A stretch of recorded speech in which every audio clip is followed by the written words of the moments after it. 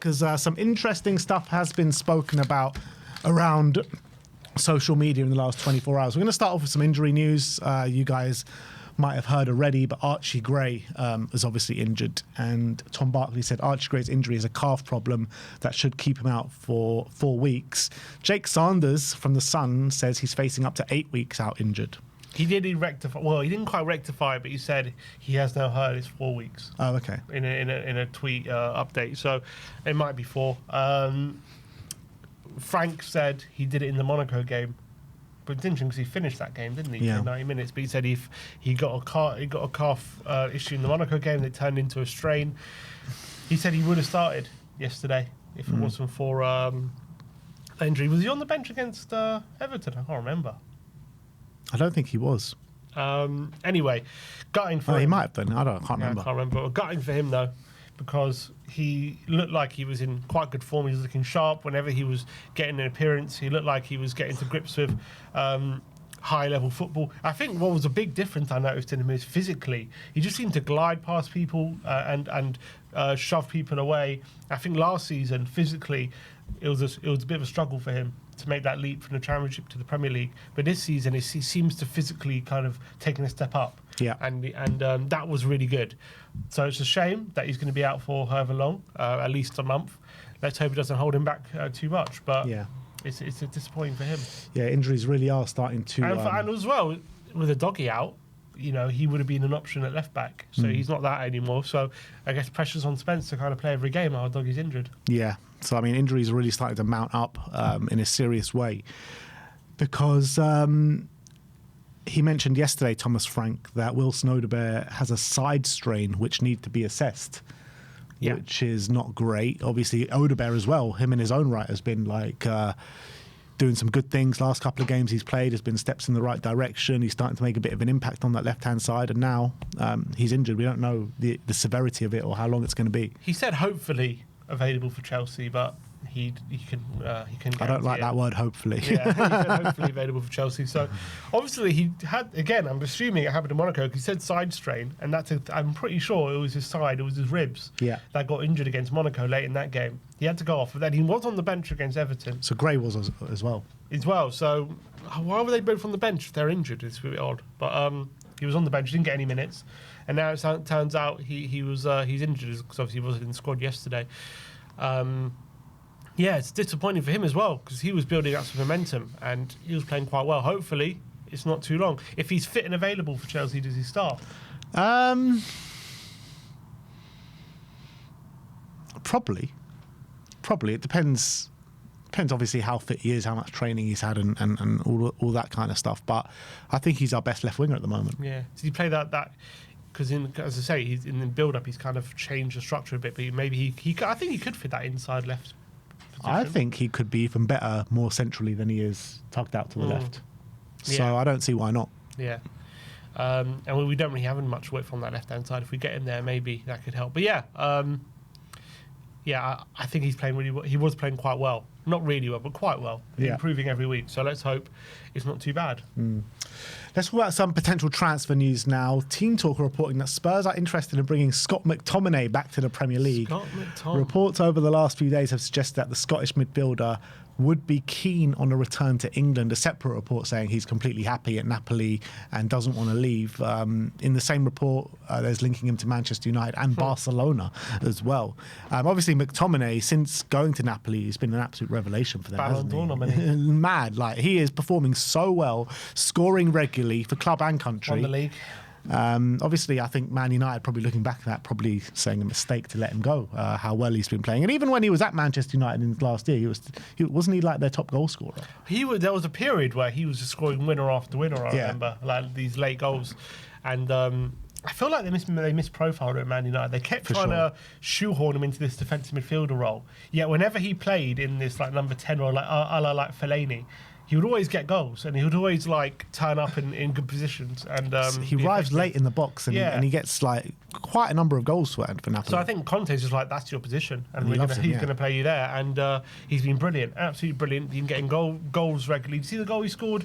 What game was it against Inter? I did, yeah. Fantastic. A half volley on the edge of the area. Unbelievable. So he's really turned into a proper goal-scoring midfielder, and he's fulfilling his potential, which he had at United.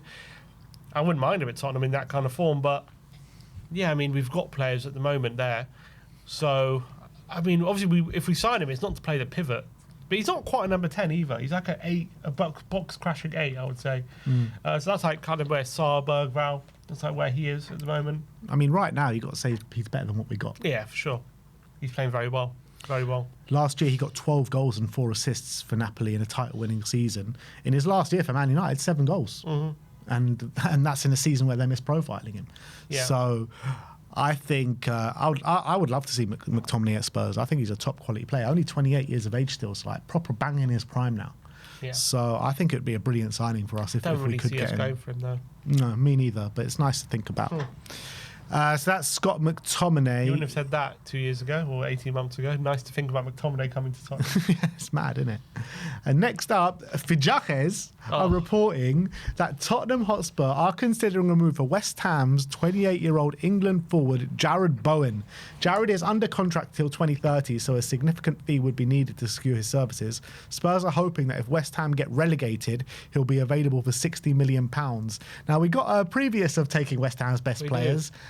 Before Kudus, it was mainly when they got relegated. So when they got relegated, we took Carrick, Defoe, Canute, all these big players for them. So when they go down this year, Jared Bowen. The thing is with Jared Bowen, I think he would need to get divorced if he was to join Tottenham. I think Danny Dyer would kill him, I think. If he's ever looking for a way out of the marriage. This is one way to do it. I would love Bowen. He's one of those players who every year, doesn't matter how good or bad West Ham are, he's just always there, isn't he? Keeps up his standards every time. Always scoring goals, always providing a threat. Where would he fit in at Tottenham in competition with Kudus? Yeah. I wouldn't mind that. Kudus and Bowen battling out, but as much as I think Tottenham would want him, and I think he'd be open to it. No, he wouldn't. No chance. I think secretly he would want it. Only secretly, though. Yeah, he would like. I don't think he could bring himself to do it with his family situation. I wouldn't be surprised if he is on his way out of West Ham soon. Yeah. Because particularly if they get relegated, he has to leave. For sure, but even if not, like he's 28 now. West Ham are going nowhere anytime soon. Like he's got to think, like if a good club comes in who are going to be playing Champions League football, like he's got to think of his career and think this might be the last chance for him to play Champions League football. Do you not think Man City should go for him? Man City? Yeah, why not? Because they need a scoring winger. Yeah. And that's what he is. And also gives time for Savinho to develop a bit more as well, without having that pressure on him. Like he'll be a good signing. Yeah, I think Liverpool, could he take over from Salah at Liverpool? That's another one. But I think Man City is the one that really fits, to be honest. I think they're desperate for him. Never mind just need him. I think they're desperate for him. Yeah, so like if I'm City, I'm going for him as well. He offers a different threat because they just have ball to feet wingers, and he's like, running behind and a real threat on goal. So I agree. I think he's got to think about himself at the moment, and he's got to leave that club. Yeah, 100% agree. Next up, we are going to talk about Igor Thiago of Brentford. Court Offside reporting that Villa, Newcastle and Tottenham are all plotting moves for Brentford striker Igor Thiago in the January transfer window. The Brazilian has scored 7 in 10 matches for Brentford this season. You know what? Every time I see this guy play, I'm really impressed. Battering ram up front, really physical, holds up the ball well, even gets in behind, gets shots off regularity. I really like him. And last season, he was brought in to replace Tony, and then he got injured for the whole year, didn't he? So, it's got to be hard for him, a young striker, come in to start in the Premier League and be injured for a whole year, but clearly hasn't let that affect him because he's really started the season brilliantly, so physical, and a good finisher. That finish, I think, was against Man United. I remember didn't even touch the ball, bam, top corner, near post, brilliant, and he's been doing a great job. Whether it be holding up the ball for Chardy, whether it be going through on goal for himself, I've been very impressed with him. So, look, I don't know about coming to Tottenham, but it seems that Brentford, doesn't matter who plays up front for them at the moment, they got the Midas touch at the moment, don't they? Yeah. It's like the way they play, because they're always playing on the counter, their forward players always have so much space. Yeah, so but they're all good players, though. Like Ivan Toney was a very good player. Igor Thiago, in his own right, is a good player. You look at Mbeumo, look, he's ripping up for Manchester United now. I mean, they're all good players. You know what I mean? Yeah, but so you got to give credit their scouting. Yeah, 100%. 100% you've got to give credit to their scouting. Don't deny that. But I would take him at Spurs. I know it's only a small sample size that we've seen, but from what I've seen, he looks better than what we got. I'm not convinced. I think, look, to be fair, I'm trying to think. To be fair, his finishing's been a lot better than what I thought it would be. But a lot of his goals have been running in behind and into space and scoring that way, where, again, we just don't get that at Tottenham. How many times do you get the opportunity at Tottenham we've seen this season? So I don't know how he would fare. But he looks like someone that's just got that brute strength, and he can hold off defenders, and I think he can hold the ball up as well. So I think this is what we're seeing from him because he's in the Brentford side, but I genuinely believe he's got the other side to his game as well. I just want to see more of Moani and Solanke before I say we need to bring someone like Thiago in, who's probably going to cost big money now. That's how the Premier League goes. You have a good run of form, you're all of a sudden 50 million. You get a good 10 games. And that's it. It's 50 million. I would if you have told me now, Thiago's coming in, we got Solanke and we got Moani. I just want to see more from them before I make any big decisions on a striker. Another player from Brentford, actually, it's not in the overlay, but another player that we've been linked with is Thiago Yarmolenko of Brentford. What a player, Yarmolenko. But, I've been watching him this season. I've been really impressed. Really impressed. He's got bite in his challenge. He knows how to pass the ball forward. He's looking like a really good central midfielder in the Premier League, isn't he? He is, and Frank's obviously a massive fan of him. He brought him in, and he's on. You saw everyone's seen that video of him celebrating how good of a player he is. Look, we need a player in that position who can pass the ball forward a bit. So that's the truth. And if he can do it, then he can do it. Yeah, apparently I saw another report that says Keith Andrews has had assurances that they're not going to sell big players in January. But then again, it went on to say that he had assurances they weren't going to sell Wissa and Mbeumo in the same window as well. But I guess with the Wissa situation, they'd already sold Mbeumo. Their hands were tied behind their back with Wissa because he was refusing to train. What are you supposed to do? And again, we've got so many midfielders. I just don't really see outside of Yarmolenko in January. Maybe it's one for the summer. Yeah. Another one that we were linked with in the summer was Morgan Rogers of Aston Villa. This is not a current transfer that Spurs looking to get done, but I thought it was quite interesting because Romano says that Tottenham were prepared to offer crazy money for Morgan Rogers in the summer. However, Villa wanted to keep the player and are now trying to renew his contract. What do you reckon crazy money was? That sounds like near 100 million. That's what crazy money sounds to me. Do you reckon Spurs were genuinely willing to offer close to 100 million for Morgan Rogers? Maybe 80 million or something? Yeah. That's pretty crazy. Crazy for Spurs. Yeah. Do you reckon they were actually genuinely ready to put that bid in? I think there was a lot of reports around us willing to spend money on him. I don't know. Because we had already spent the money on Javi. No, not Javi yet. I think it was before Javi. Maybe it was instead of Javi. We were going to bring Morgan Rogers in because we'd already spent the money on Kudus. Kudus, yeah. Javi came in right at the end of the window. There were links of even after Javi, wasn't there? Just a crazy deadline day bid or a late bid. Yeah, but I think Morgan Rogers, the links were there before Javi. Yeah, they're also there before Javi as well because there was a lot of links that Villa had to sell because of FFP. I would be shocked if we were willing to spend more than 70 million, but I don't know. Yeah, I don't know. He's had a weird start to the season. He had a great game a good goal against us, but that was his first goal of the season. Yeah. He's been out of sorts. Do you reckon maybe all the speculations affected him a bit maybe? But there's talk about him about to sign a new contract. So maybe he's about to sign a new contract with a release clause in it.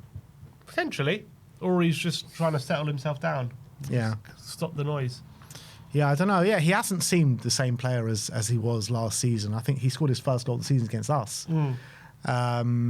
But maybe since that game against us, he has been slowly creeping back into form. I think him next to a Xavi in that role would be brilliant. I love Morgan Rogers. I think he's such a top player, man. And if we could ever get him, I think that would be a major coup for the club. Major. I love Rogers, yeah. But I just don't see him coming anytime soon. With Decky coming back, Maddison depends on what happens with him, but he's coming back at some point. And then we've got Xavi and we've got Bergvall, so I don't really see us spending, what we need to spend to get him.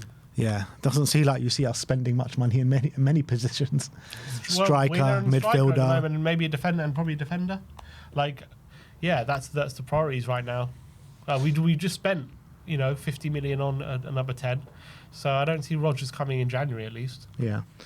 And last but not least, Vajakis and Team Talk are both reporting on Mickey van der Ven. Vajakis say that Tottenham are prepared to demand a fee of €100 million to sell Mickey van der Ven in the face of interest from Liverpool, Real Madrid and Bayern Munich. Team Talk say that although Real Madrid continue to assess several free agent centre-back options, the La Liga leaders remain keen on signing Mickey van der Ven. And look, I think it would take a monstrous offer for Spurs to even think about selling van der Ven, if anything. But with the way he's going and the way that he's playing, if Spurs don't get Champions League this year, is it going to be hard for Spurs to keep him? Him and Romero, you could argue, this season if we don't get Champions League, because they're both such great defenders. But obviously we're going to look to tie him down to a new contract. We know Romero just signed a new contract. So if we can get Van der Ven to sign, regardless of what he wants, if we get him to sign, Madrid really going to stump up that much, that the amount, 150 or whatever it's going to take to get him in. They signed Heisen for 50 in the summer. They signed Rudiger on a free. So at the moment, they got Mbappe on a free, they got Trent on a free. That's what they're looking at. They're not looking to spend 100 plus what about on a Liverpool? defender. Liverpool, well, if they don't get Guehi, Yeah. again, they have spent, but they wanted to spend how much on Guehi? 35, 40? Yeah. Are they willing to put an extra 100 million on that to get Van der Ven? Well, it depends how much they value him. If they look at Van der Ven, seeing he's a much better option for the now and the future for Liverpool, it's a potential. Like, he could be the realistic replacement for Virgil van Dijk. Yeah. I know Guehi can be as well, but I value I know I'm a Spurs fan, I'm a bit biased, but I think Mickey is better than Guehi, and he's got the potential to be a lot better than Guehi. The Spurs take 100. Let's say you put 100. Well, Isaac's the record, is he? 125, isn't he? Yes. Is So- that the record? Yeah. Yeah, he's record in England. So I don't see them putting more than that up. Would they need to put more than that up to get him? I think it all depends on Mickey and how desperate he is to go to Liverpool. If he's like kicking up a fuss and he's desperate to go, then I think it's a deal that Spurs might look to get done. Maybe we'll try and get him outside of the Premier League first. But if there's no deal to be done... If he signs a contract, I don't think he's going anywhere this summer regardless. Yeah, I agree with that. Unless we literally have a proper disaster, I don't think he's going anywhere if we get him to sign. It does worry me a bit, though, because the contract's not signed. No, it's not signed. So it is a bit of a worry because he is that good. And if he keeps performing the way he's performing week in, week out, big clubs... Especially if he are stays fit. Yeah, exactly. And big clubs are going to come in for him. 100%. If we're not in the Champions League, then teams are ruthless. They'll target you. We saw, even when Newcastle, they were in the Champions League, they still got targeted. Yeah. So these clubs, they'll try and go for any weakness at the moment. Yeah. We managed, though, to tie down Romero, which was great news. Let's hope we can do the same with Mickey. 100%. So Tottenham, if you're watching, get that contract done for Mickey van der Ven. This is a desperate times now, man. But that is your Tottenham update. Let us know in the comments section below all the thoughts and regarding all the news stories that we have brought you today. I guess it is time to look back at